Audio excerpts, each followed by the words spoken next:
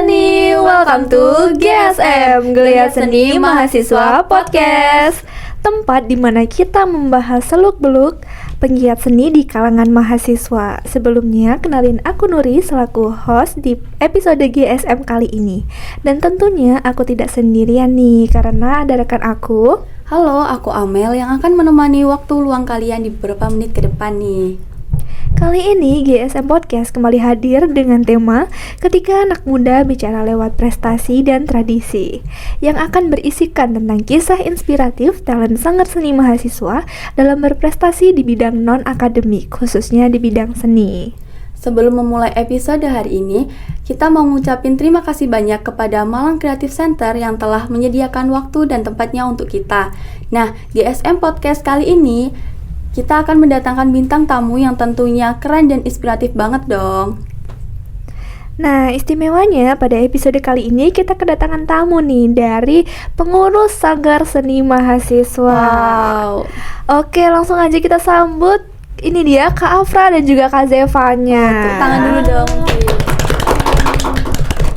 Oke, mungkin bisa perkenalkan diri dulu kali ya. Mungkin dari siapa dulu nih? Dari Kak Afra mungkin? Boleh. Jadi halo semuanya, perkenalkan nama aku Rania Azelia Afra, biasa dipanggil Afra.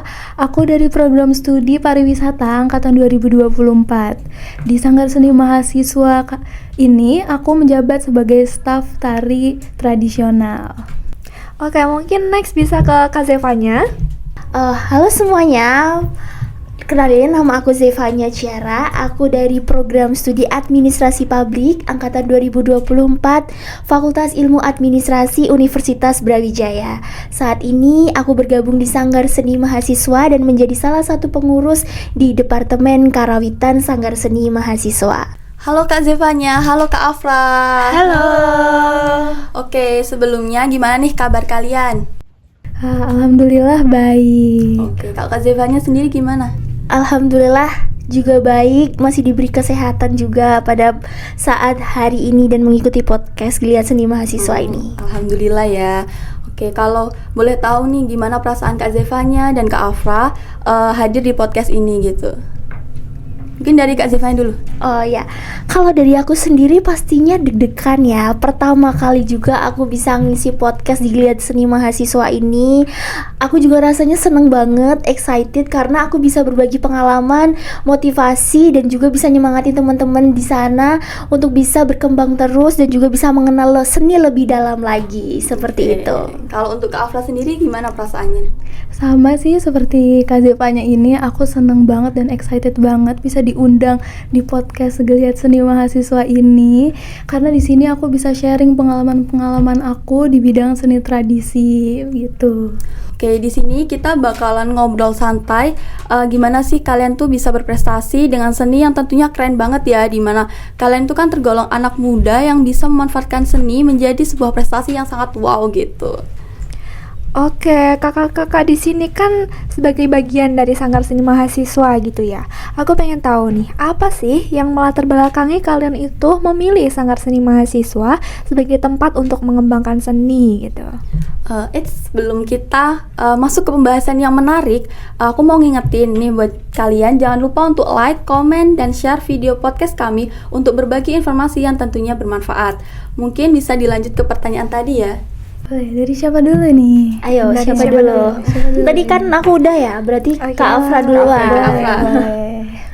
Yang melatar belakangi aku ya untuk masuk ke SSM ini, tentunya yang pertama adalah dimana aku pingin banget untuk terus berkembang gitu, karena aku tuh di bidang tari tradisional ini kan udah dari SD, SMP, SMA, jadi rasanya sayang banget gitu ya kalau misalkan gak dilanjutin di kuliah. Apalagi kalau di kuliah ini kan kita itu dituntut untuk bisa lebih mengeksplor gitu kan. Kalau misalkan di SD sampai SMA itu kita ngikutin apa kata pelatih gitu ya, kalau di sini kan kita sendiri gitu ya, Lebih jadi bisa berekspresi gitu ya. iya betul, apalagi di Sanggar Seni Mahasiswa ini kan orang-orangnya itu basicnya suka sama seni gitu. Betul. Jadi ketika aku mau mengeksplor sesuatu, mencoba hal-hal yang baru itu aku nggak takut dan aku bisa membicarakannya dengan teman-teman di Sanggar Seni Mahasiswa ini gitu. Oke, kalau untuk Kak Zevanya sendiri gimana? Kalau untuk aku sendiri, sesuatu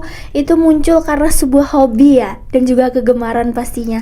Dari hobi aku dari bidang seni yang aku tekuni, aku aktif dalam bidang seni dari mulai sekolah dasar hingga pada saat ini kuliah, di mana aku harus bisa terus mengeksplor namanya seni, dan juga di mana aku sekarang di sini kan bertemu sama orang-orang yang punya pemikiran yang berbeda-beda ya, terkait juga bagaimana pandangan mereka terkait seni. Di sini aku juga bisa untuk belajar lebih terkait seni, karena menurut aku pengalaman itu harus dieksplor ya, mulai dari kita kecil hingga saat kita dewasa. Maka dari itu dimana aku memilih Sanggar Seni Mahasiswa ini, karena aku dari dulu itu suka namanya mengeksplor seni, dan juga aku seneng banget untuk kumpul sama orang-orang yang punya pemikiran, dan kita bisa bertukar cerita pemikiran yang kita tahu tentang seni itu apa sih sebenarnya di dunia kuliah ini juga.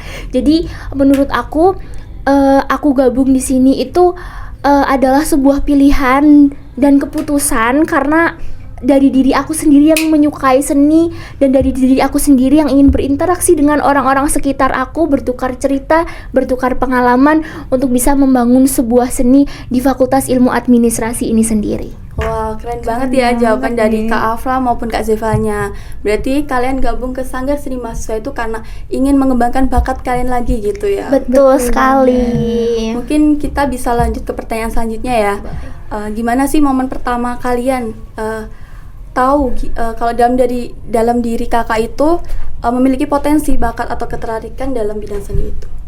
Mungkin dari siapa dulu nih? Siapa nih? Tadi siapa? Ayo. Tadi aku. Kak Afra, Ya, sekarang berarti Kak sekarang Zevanya. aku ya. Oke, jadi tadi apa? Yang Momen pertama. momen pertama. Iya. Jadi gini, momen pertama yang aku tahu kalau aku tuh punya bakat seni itu tuh awalnya aku emang dihantui oleh rasa ingin tahu ya pastinya, karena dari kecil dulu tuh orang tua selalu membiasakan diri buat bisa mengenal seni, dari musik dan juga bagaimana cara memainkannya itu selalu dilatih.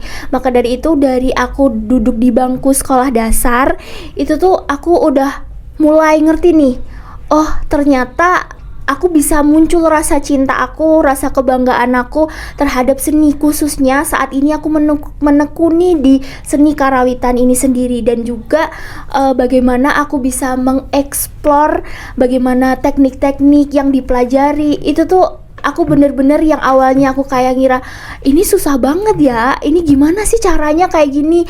Ternyata dari pelatih aku itu bilang kalau misalkan memainkan alat musik karawitan itu harus dengan perasaan, harus dengan rasa, dan juga harus dengan hati. Bagaimana kita menyampaikan, karena seni karawitan ini menyampaikan pesan juga ya. Jadi di sini kita juga harus pakai perasaan. Dari situlah muncul kecintaan aku, muncul bakat aku, dan dimana aku mulai mencintai seni tradisi karawitan yang saat ini aku jalani ini. Keren. Oke, berarti mulai dari SD gitu ya muncul bakat seni karawitan ini Iya, gitu betul ya. sekali. Kalau untuk Afra sendiri gimana nih? Kalau dari aku sendiri mungkin sama, kalau pertamanya itu aku sadar dari waktu aku di bangku sekolah dasar gitu. Waktu pertamanya mungkin kan biasanya kalau di kita SD gitu ya, itu banyak banget penampilan-penampilan tari gitu ya, di open house atau yang lainnya. Nah dari situ tuh aku selalu tertarik buat ikut. Nah lalu di SD aku itu biasanya kalau ikut lomba itu tuh kan ada seleksinya gitu ya. Nah itu tuh aku tuh selalu tertarik buat ikut, dan saat aku ikut tuh aku alhamdulillahnya selalu kepilih. Wow, gitu. Jadi keren banget. Jadi itu aku langsung ngerasa kayak, oh apa ini ya potensi aku yang harus aku lanjutkan gitu. Dan alhamdulillahnya juga karena orang tua aku juga ayo terus ikut kayak gitu kan. Jadinya lanjutlah aku di bidang seni tari ini, seperti itu. Berarti emang kita itu harus berani mencoba gitu ya Kak ya? Iya, betul banget. Wah, tadi jawabannya keren banget ya Kak Amil. Oke, mungkin aku mau tanya nih ke Kak Afra gitu ya. Kan tadi disebutkan kalau Kak Afra itu dari SD sudah menekuni di bidang tari tradisional gitu. Nah, aku pengen tahu kira-kira Kak Afra tuh bisa tari dari tarian daerah mana aja sih? Atau mungkin especially dari tarian daerah tertentu gitu? Oke, kalau spesifiknya mungkin nggak ada ya. Karena kalau biasanya aku ikut lomba atau penampilan gitu, aku lebih suka mengeksplor, terus juga diajak untuk mencoba berbagai tarian gitu. Mungkin mulai dari tari Kalimantan, tari Melayu, Betawi, terus juga pernah tari Sumatera, Ratoh Jaroh juga. Tapi kalau misalkan aku disuruh pilih nih, satu tarian daerah yang paling aku tekuni mungkin adalah tari Betawi. Seperti itu. Kenapa tuh kira-kira kok paling menekunin tarian daerah Betawi gitu? Mungkin karena asal aku juga ya dari Bekasi juga, jadi lebih ke tarian-tarian Betawi. Jadi kan kalau misalkan ada penampilan atau lomba itu lebih disuruhnya itu ayo nariin tarian yang Betawi kayak gitu sih. Kira-kira ada nggak sih niatan dari Kak Afra buat menekunin tarian daerah Malang gitu kan? Terlebih lagi kan sekarang Kak Afra lagi kuliah di Malang, Jawa Timur gitu. Apakah ada niatan dari Kak Afra sendiri buat menekunin tarian asal Malang? Contohnya tuh tari topeng Malangan gitu ya. Kalau untuk aku sendiri sih ada ya, apalagi di sini itu kalau misalkan di Sanggar Seni Mahasiswa kita ikut lomba atau kita ikut disuruh tampil di sebuah acara, itu kan pasti dimintanya itu tarinya tarian Malang gitu ya. Awalnya itu aku kaget karena wah aku nggak bisa nih tarian Malang, aku nggak bisa sama sekali.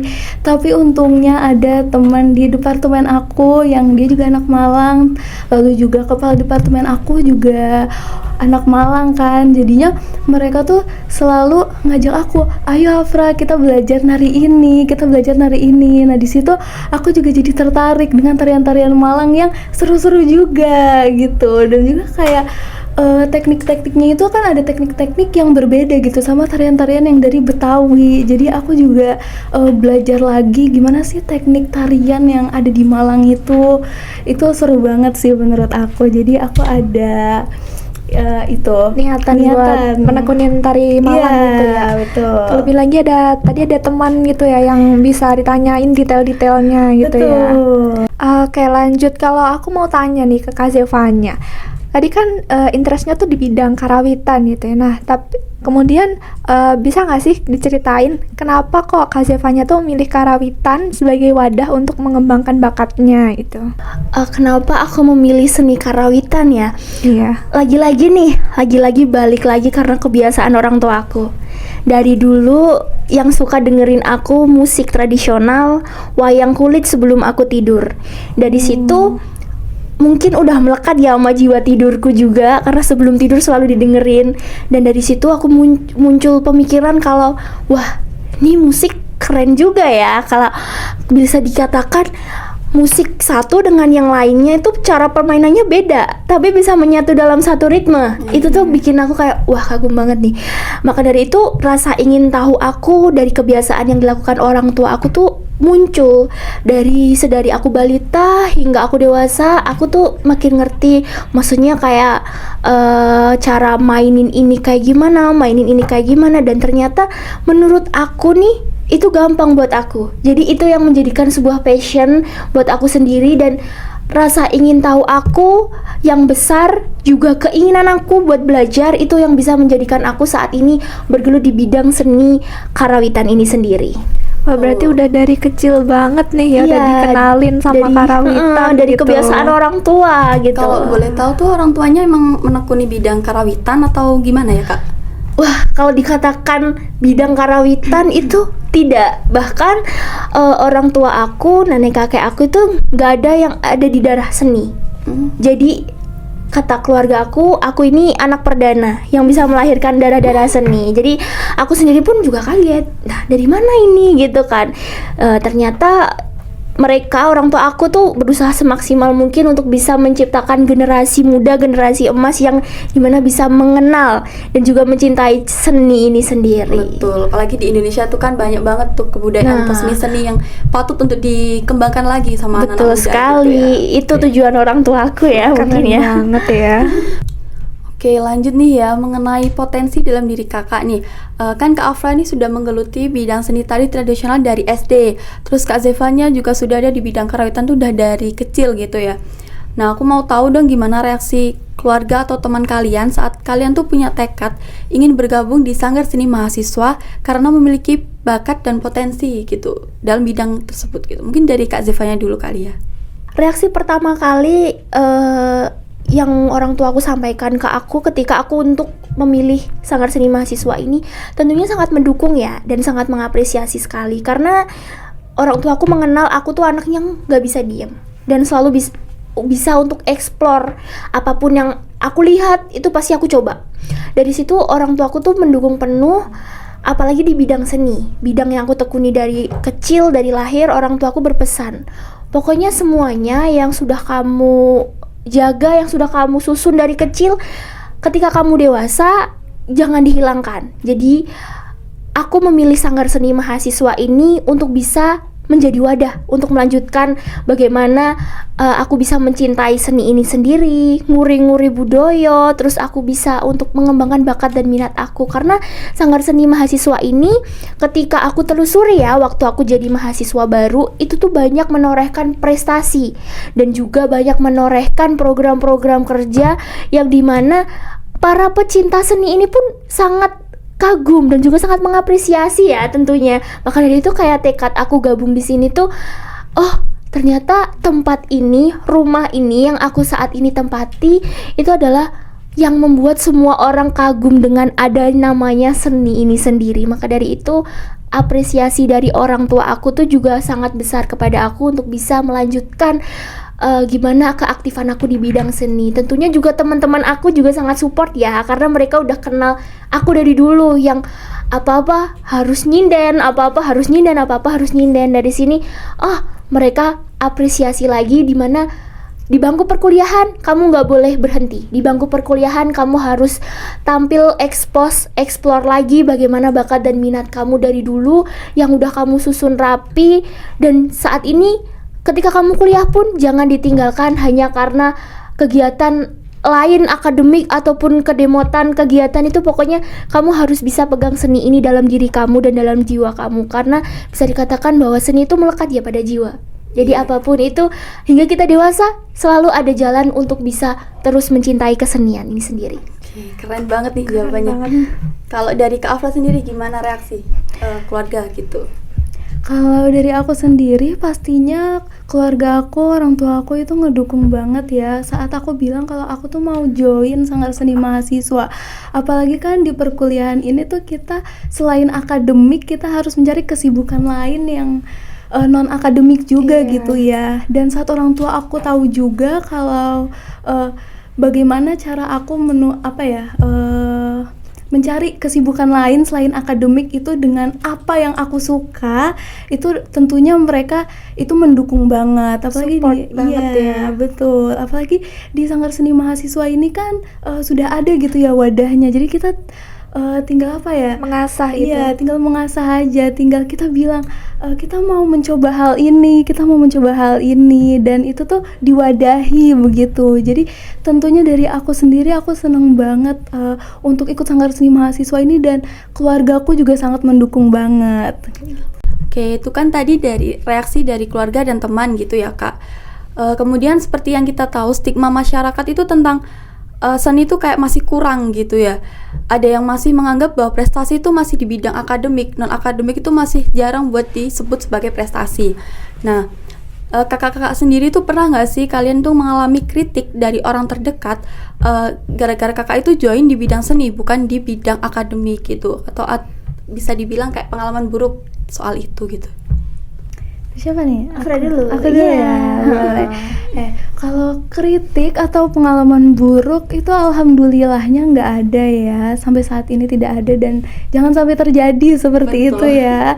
Tapi mungkin lebih ke sebuah pertanyaan, kenapa sih Afra lebih memilih bidang seni yang non akademik seperti itu? Kenapa nggak nyoba yang akademik aja gitu? Ya di sini aku menjawabnya juga dengan ya ini ketertarikan aku, ini ketertarikan yang sudah aku temukan dari kecil dan mau aku lanjutkan hingga sekarang seperti itu. Oke, kalau Kak Zevanya mungkin pengalamannya? Kalau untuk aku sendiri pengalaman itu mungkin lebih ke sebuah argumen ya. Argumen orang-orang, stigma masyarakat yang minta pendapat ke aku. Kenapa seni itu bisa dikatakan sebuah hal yang kuno? Sudah tertinggal jauh ya dari zaman sekarang. Karena aku sadar bahwa stigma masyarakat saat ini tuh berbeda pemikirannya dengan yang dulu. Sekarang itu lebih mengedepankan namanya akademik kan, daripada harus kita bergelut pada seni. Nah, menurut aku stigma masyarakat seperti itu tuh perlu kita benarkan. Karena apa? Karena sebuah seni itu adalah merupakan sebuah prestasi juga. Sebuah karya yang diciptakan untuk bisa menonjolkan sebuah keindahan. Apalagi sekarang Indonesia, kita bisa dikatakan Indonesia nih. Indonesia udah dikenal banyak mancanegara, orang-orang di luar negeri mengenal itu karena apa? Karena kesenian dan juga karena budayanya. Maka dari itu stigma masyarakat sekarang itu perlu dibenarkan bahwasanya kita hidup di negara Indonesia, dikenal orang banyak dengan potensi, tradisi dan juga kebudayaannya. Maka dari itu tidak salah kan kita memilih juga kesenian gitu.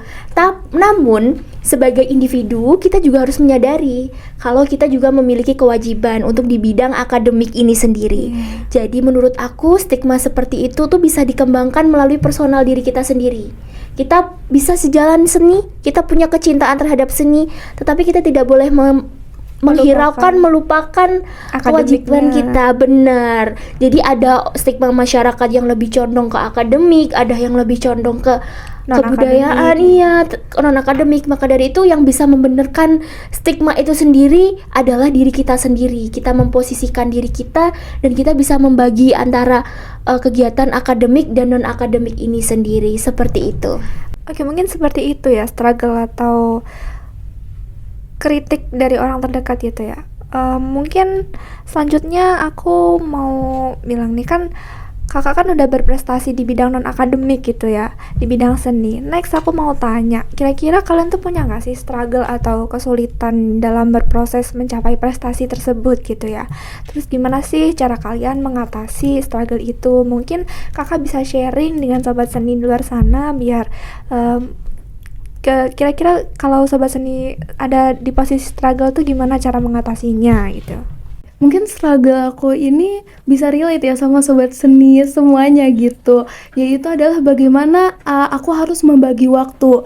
Apalagi di sini bidang seni aku kan tari tradisional, yang dimana kalau tari tradisional itu kita harus latihan berjam-jam gitu ya, untuk menyamakan rasanya, iramanya, lalu juga bagaimana kita harus menyamakan gerakannya dan lain-lain seperti itu. Jadi di saat kita harus membagi waktu dengan hal-hal yang pribadi dan sama pentingnya gitu ya, bisa dikatakan sama pentingnya, itu tuh struggle-nya tuh menurut aku itu menjadi tantangan yang besar gitu ya. Lalu untuk cara mengatasinya adalah, kalau dari aku sendiri adalah balik lagi, aku harus tahu motivasi aku dan aku harus ingat bahwa aku tuh sudah suka seni tari dan seperti ya motivasinya gitu.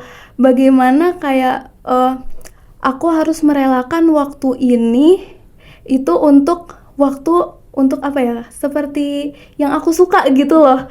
Jadi kayak ya waktu ini direlakan dengan worth it gitu, seperti itu sih. Oke, untuk mungkin next Kak Zevanya gimana nih? Oh ya, kalau struggle sih mungkin semua orang sobat seni juga mengalami ya masalah ini.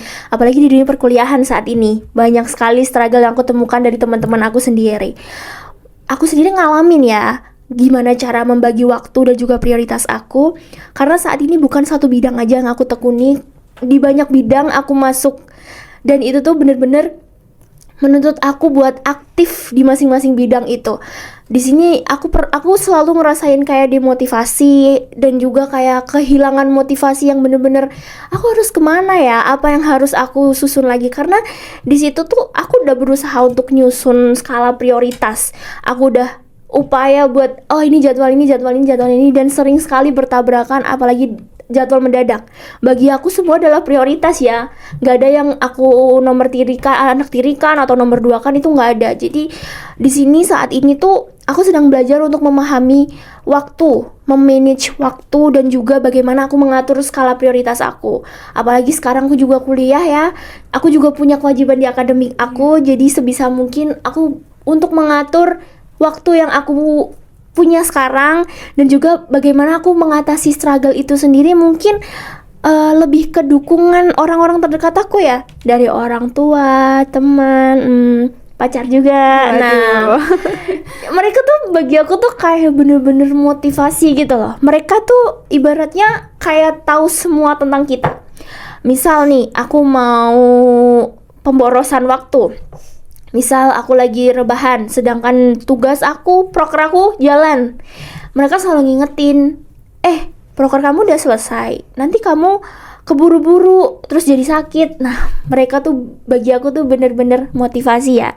Jadi dari situ mereka mengingatkan aku buat bisa untuk aku yang perlu dikerjain ini, apalagi partner itu penting banget di organisasi yang aku jalani dan juga kegiatan yang aku jalani, karena mereka selalu mengingatkan aku waktunya ini. Bagi aku yang mengatasi struggle aku tuh sebenarnya mereka, dukungan dari luar dan juga kembali lagi seperti Kak Afra sampaikan, motivasi juga, dimana kita terketuk ya untuk bisa dari awal aku udah pasang komitmen kayak gini gitu loh.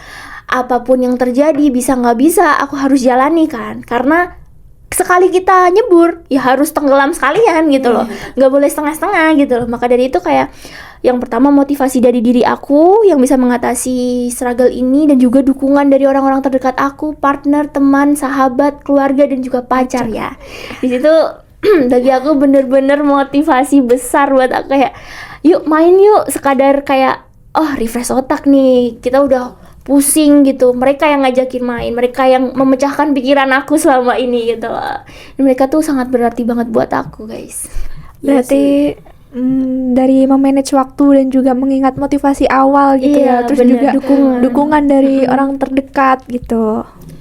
Terus ada nggak sih Kak dari kesulitan itu yang membuat Kakak itu kayak nggak bisa berkembang atau stuck di situasi kayak itu terus gitu? Terus ada nggak sih yang membuat Kakak itu ragu buat melanjutkan proses gitu?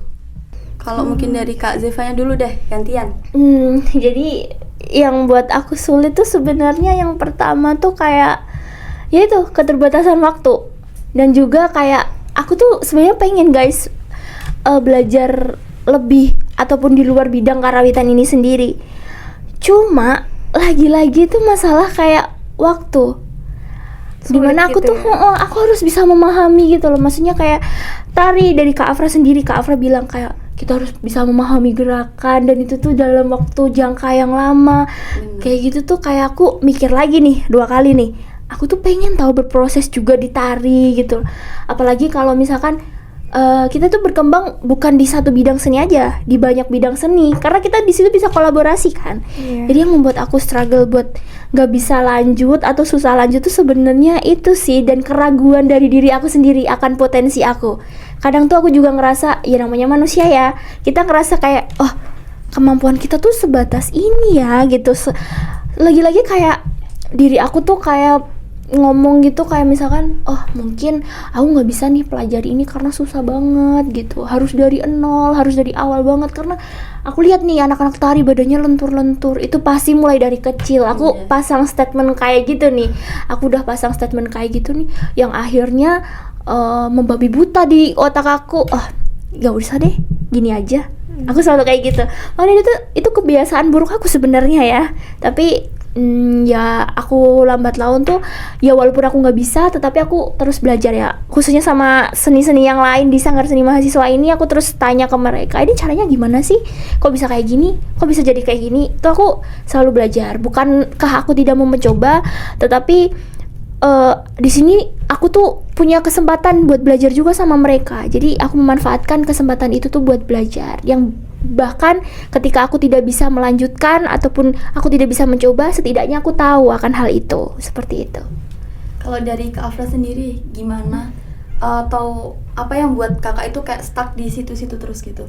Kalau dari aku mungkin apa yang membuat aku nge-stuck itu sama ya kayak yang aku bilang sebelumnya, itu tentang motivasi. Apalagi kalau di aku sendiri di tari tuh, kalau misalkan aku udah latihan nih, nah itu kan kalau kita latihan tari itu kita harus memastikan bahwa gerakan-gerakannya tuh step by step itu hafal gitu ya. Nah tetapi ada saat dimana ketika step 1 sudah hafal, step 2 sudah hafal, tapi tuh step 3 nih kok susah banget ya ngafalinnya ya. Jadinya kan kita bete sendiri gitu. Jadi nge-stuck gitu ya. Iya, jadinya tuh jadi demotivasi. Ini aduh nih gimana ya, apa nggak usah dilanjutin aja ya. Tapi kan nggak mungkin gitu. Terus sama juga sama yang kayak dibilang Kak Zevanya, bahwa aku juga mau banget belajar hal-hal di bidang seni lain. Kayak Kak Ziva juga karawitan kan, kalau tari tradisi itu kan diiringinnya sama karawitan. sama karawitan gitu, sama lagunya, terus juga sama sindennya itu kayak suaranya bagus-bagus banget, terus juga orang-orangnya bisa ngikutin iramanya, bisa ngepasin gitu. Juga aku juga iri banget kayak oh kok bisa ya gitu sih. Tapi itu semua balik lagi ke potensi diri sih ya Kak ya. Iya, Karena betul. Setiap orang pasti punya potensi masing-masing gitu. Betul. Dan kelebihan dan kekurangannya tentunya. Iya, betul. Nah, aku lihat-lihat di sosmed kakak-kakak nih, itu kan prestasinya bagus banget gitu ya. Nah, aku pengen tahu nih, prestasi atau pencapaian terbesar kakak tuh apa sih sejauh ini? Mungkin bisa diceritain ke sobat seni di luar sana, gimana proses kakak mencapai pencapaian tersebut gitu. Mungkin dari Kak Afra dulu boleh. Kalau dari aku sendiri ya, pencapaian terbesar adalah pada saat aku mengikuti lomba internasional di Polandia, yaitu Art Inspiration Festival, itu di Wrocław, Polandia. Wow, Keren banget. Keren, internasional Internasional. nih. Bukan nasional lagi Iya, nih. bukan kaleng-kaleng ini. Langsung internasional. Tuh, apa tadi pertanyaan selanjutnya? Maaf. Prestasi terbesar kakak. Iya. Mungkin prestasi selain itu, Prestasi selain itu apa ya? atau mungkin bisa diceritain susah gimana cara kakak atau selama Prosesnya berproses gitu ya. Oke. Kalau selama berproses, mungkin berproses bagaimana aku bisa sampai di detik lomba itu Iya. seperti itu. Mungkin pertamanya adalah bagaimana aku harus berani dan percaya sama diri aku sendiri. Kan pastinya kalau dari kecil gitu kita udah ikut lomba-lomba yang dari mungkin lomba antar sekolah doang gitu, sampai lomba-lomba yang tingkat kabupaten, terus nasional dan lain-lain gitu kan. Nah, jadi tuh bagaimana aku bisa meyakinkan diri aku sendiri gitu. Bisa nggak ya aku ikut lomba yang skalanya internasional kayak gitu. Apalagi soalnya kan karena ikut lombanya ini skalanya internasional, jadinya aku ketemunya sama orang-orang yang narinya itu udah another level gitu ya mungkin. Jadi kayak apakah aku bisa seperti itu, dan prosesnya juga gimana aku bisa meyakinkan diri aku sendiri dengan komitmen yang aku harus latihan setiap hari, aku harus latihan berbulan-bulan. Aku sanggup gak ya? Apalagi di situ itu aku 2023 yang di situ aku juga berjuang untuk UTBK begitu. Iya, UTBK. Iya, jadi Lainnya UTBK ya. Aku UTBK, jadi aduh harus ngebagi waktu juga, gimana aku harus les buat UTBK, aku harus mementingkan akademik aku harus dapat Latihan universitas, juga buat iya, lari. tapi juga harus latihan. Jadi itu sih prosesnya tuh bagaimana aku bisa berkomitmen, itu ya yang paling penting sih menurut aku, seperti itu. Oke, mungkin ke Kak Zevanya, prestasi atau pencapaian terbesar apa sih yang udah dicapai sejauh ini gitu? Bisa diceritakan? Kalau untuk pencapaian terbesar saat ini adalah aku bisa mengeksplor diri aku lebih tinggi lagi dan memunculkan suatu bakat baru. Apa tuh? itu? Nah, sekarang aku saat ini sudah menjabat sebagai Duta Pariwisata Jawa Timur 2025. Tepuk tangannya dong semuanya. Di tingkat provinsi ini sendiri itu dari bakat aku ya, dan kegemaran aku ya yang suka jalan-jalan ya pastinya ya. Maka dari itu aku punya pengetahuan lebih tentang pariwisata, dan itu tuh menurut aku adalah sebuah pencapaian terbesar, karena di sini di Pigeon ini aku udah bisa ngerti bagaimana otak kita berpikir, tingkah laku kita untuk bisa dipandang orang lain atau bisa memotivasi orang lain. Itu tuh bener-bener suatu pencapaian terbesar aku saat ini, karena dulu aku tuh sering ngelihat di TV-TV ya, Putri Indonesia, Miss Internasional. Ini orang keren-keren banget ya, punya pemikiran luas ke depan, pengetahuan.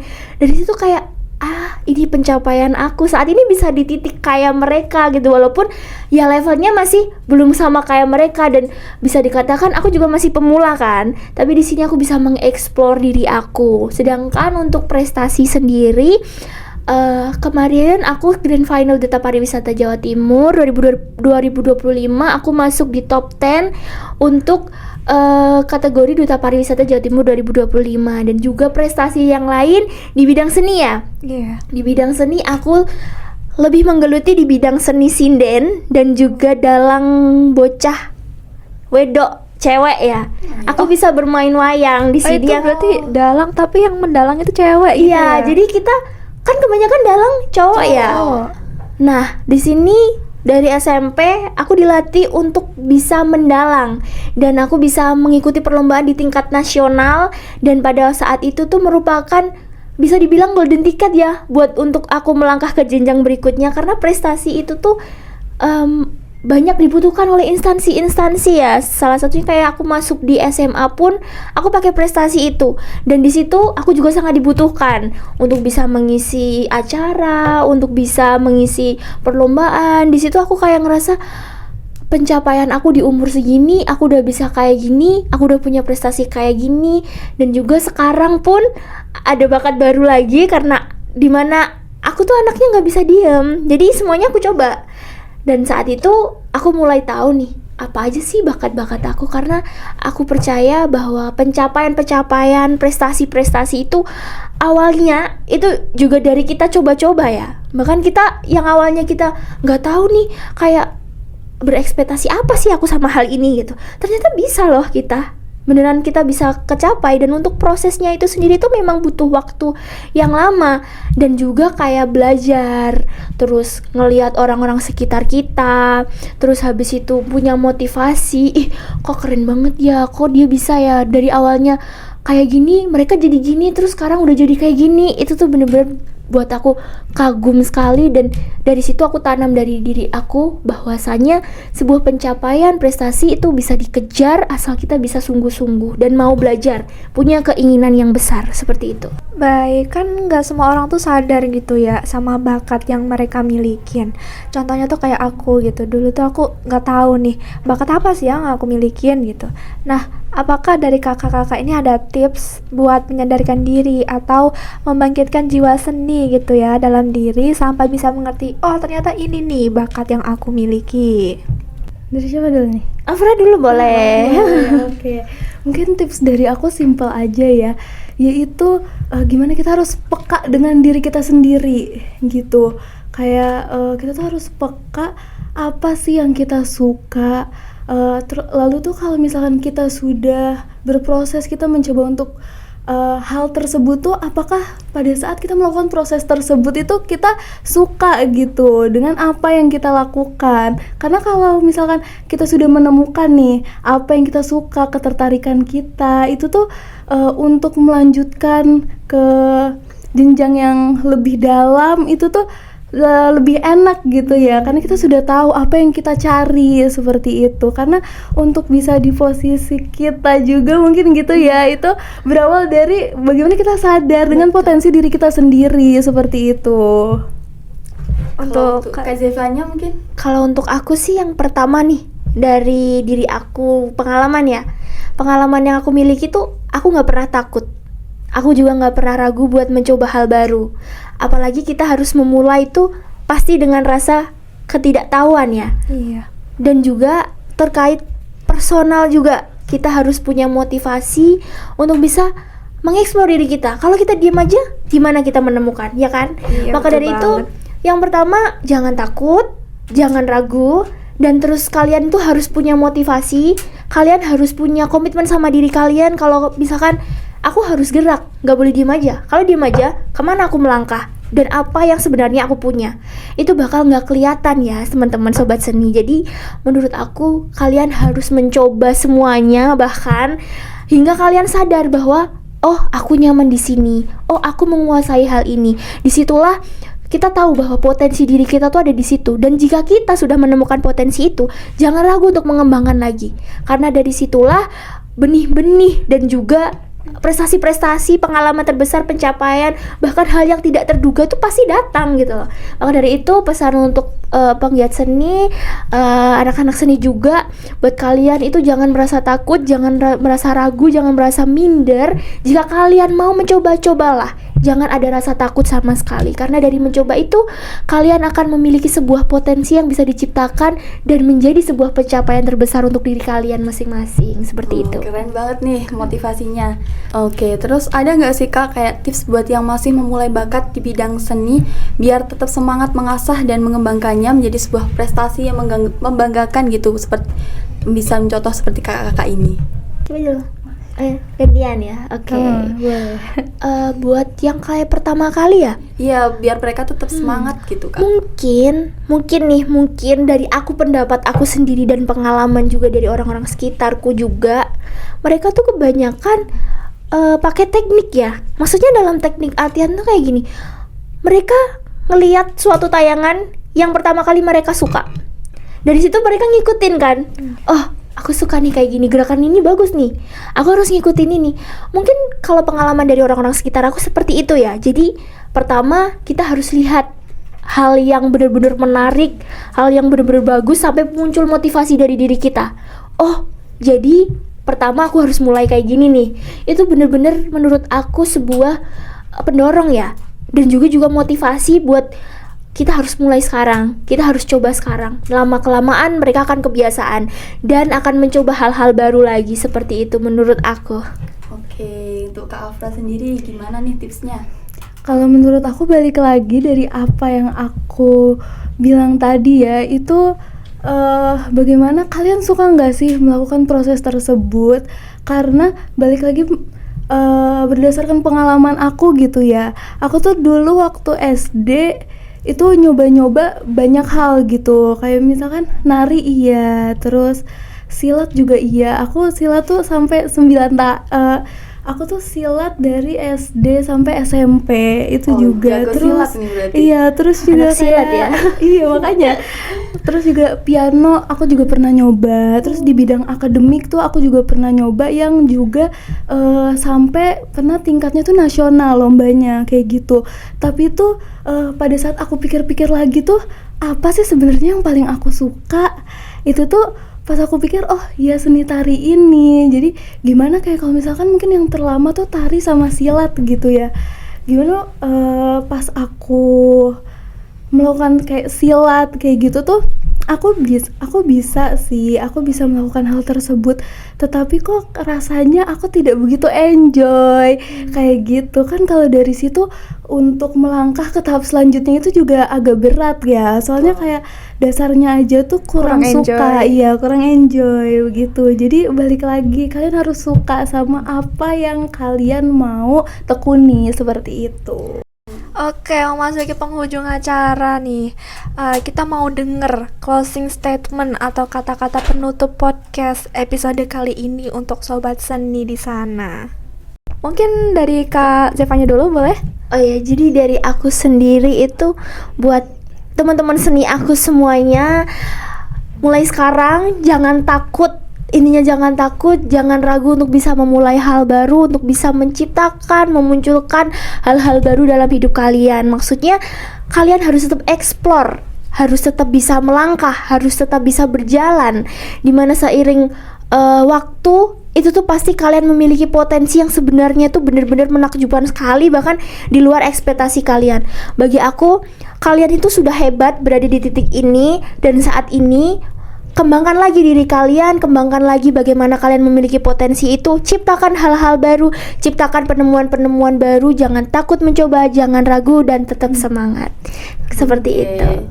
Oh iya, aku mau kasih info nih. Jadi Sanggar Seni Mahasiswa itu sendiri juga bersedia loh jika kalian ingin menjadikan talent kami buat hadir sebagai pengisi acara atau dengan kata lain job. Seperti mungkin dari bidang seni tradisional bisa mengisi job tari pembuka, atau mungkin dari karawitan juga bisa mengisi job seperti menjadi penabuh gamelan di acara.